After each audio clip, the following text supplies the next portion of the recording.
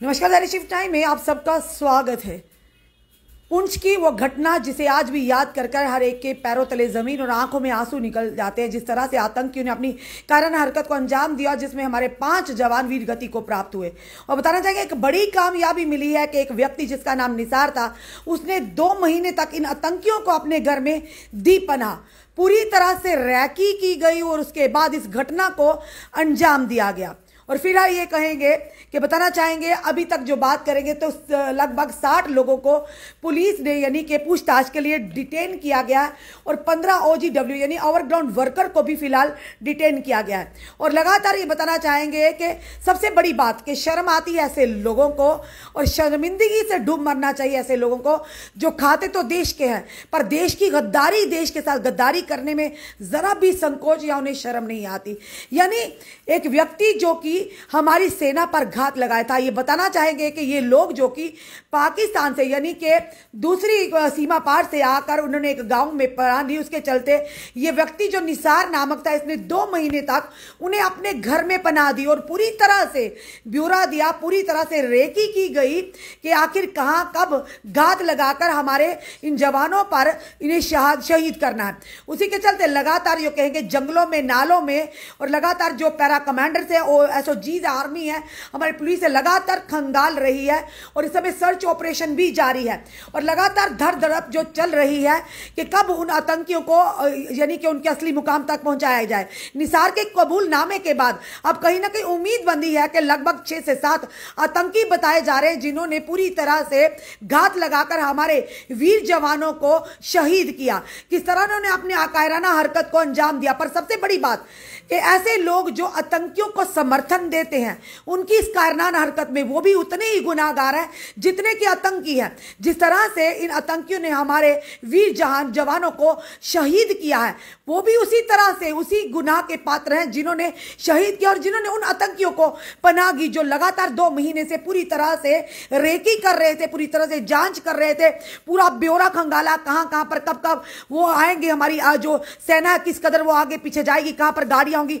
पूरी तरह से उन्होंने घात लगाई और घात लगाने के बाद उन्होंने उस घटना को अंजाम दिया। जब ये घटना हम याद करते हैं, हमारे पैरों तले जमीन निकल जाती है और हमारी आंखों में आज भी आंसू आ जाते हैं कि किस कदर कायराना हरकत को अंजाम दिया। पर वही सजाएं जो एक आतंकी को है, वही सजा उन लोगों के लिए भी होनी चाहिए जो गद्दारी करते हैं, जो देश के साथ, देश की सेना के साथ गद्दारी करते हैं। वो सेना जो कि सरहदों पर और आतंकवाद के सामने सीना ताने खड़े हैं और तभी हम अपने घरों में चैन और बेफिक्री की नींद सो रहे हैं।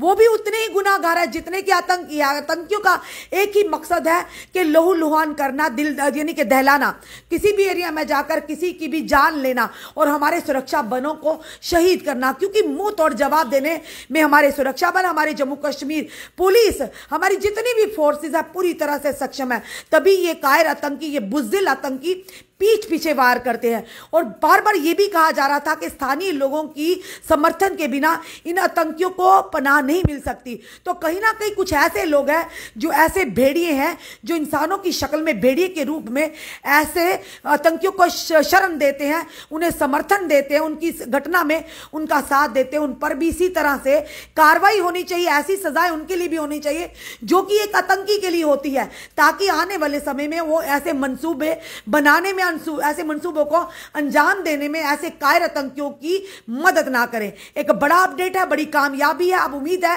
कि 6 से 7 आतंकी बताए जा रहे हैं जिन्होंने घात लगाकर हमारे 5 वीर जवानों को वीर गति को प्राप्त हुए, उन्हें शहीद किया। और हम उम्मीद करते हैं भारत सरकार से, हमारी जितनी भी एजेंसीज है, हमारी जितनी भी फोर्सेज है, वो जल्दी खुशखबरी आएगी कि उन आतंकियों को भी उनके असली मुकाम तक पहुंचा दिया है हमारी फोर्सेज ने, हमारी सुरक्षा बलों ने, हमारी जम्मू कश्मीर पुलिस में।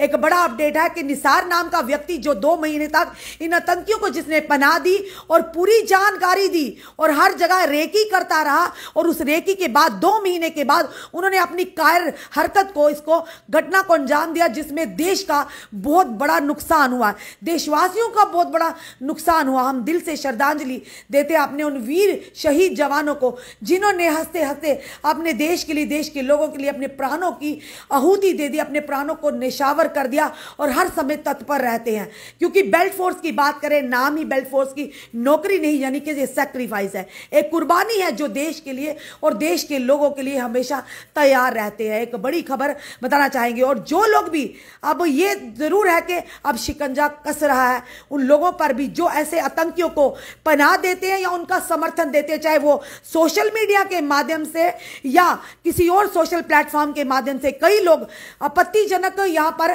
सोशल मीडिया, कई मीडिया कर्मी जब लाइव आते हैं, इस तरह की खबरें न्यूज देते हैं, तो नीचे उनके समर्थक भी आ जाते हैं। पर भारत सरकार से निवेदन है, हमारी एजेंसी से, कि ऐसे लोगों पर भी कड़ा शिकंजा कसा जाना चाहिए जो सोशल मीडिया पर भी धड़ल्ले से हमारी फोर्सेस पर, हमारे सुरक्षा बल, इंडियन आर्मी पर या सीआरपीएफ या बीएसएफ पर, हमारी फोर्सेस पर इस तरह से कटाक्ष करते हैं या इस तरह के कमेंट करते हैं। और चाहे वो कोई भी हो, चाहे वो सरकारी मुलाजिम हो, चाहे वो आम व्यक्ति हो, चाहे वो एक प्राइवेट कर्मचारी हो, कोई भी हो, अब बख्शा नहीं जाएगा जो भी हमारे सेना के खिलाफ बोलेगा या आतंकियों को समर्थन देगा। फिलहाल ये बड़ी कामयाबी है। निसार नाम के एक व्यक्ति को पुंछ, जिस तरह से टेरर अटैक हुआ, किस तरह से हमारे 5 वीर जवानों को शहीद किया उन आतंकियों ने अपनी कायराना हरकत के चलते, फिलहाल उस निसार को पकड़ लिया जिसने 2 महीने तक उन आतंकियों को शरण दी थी।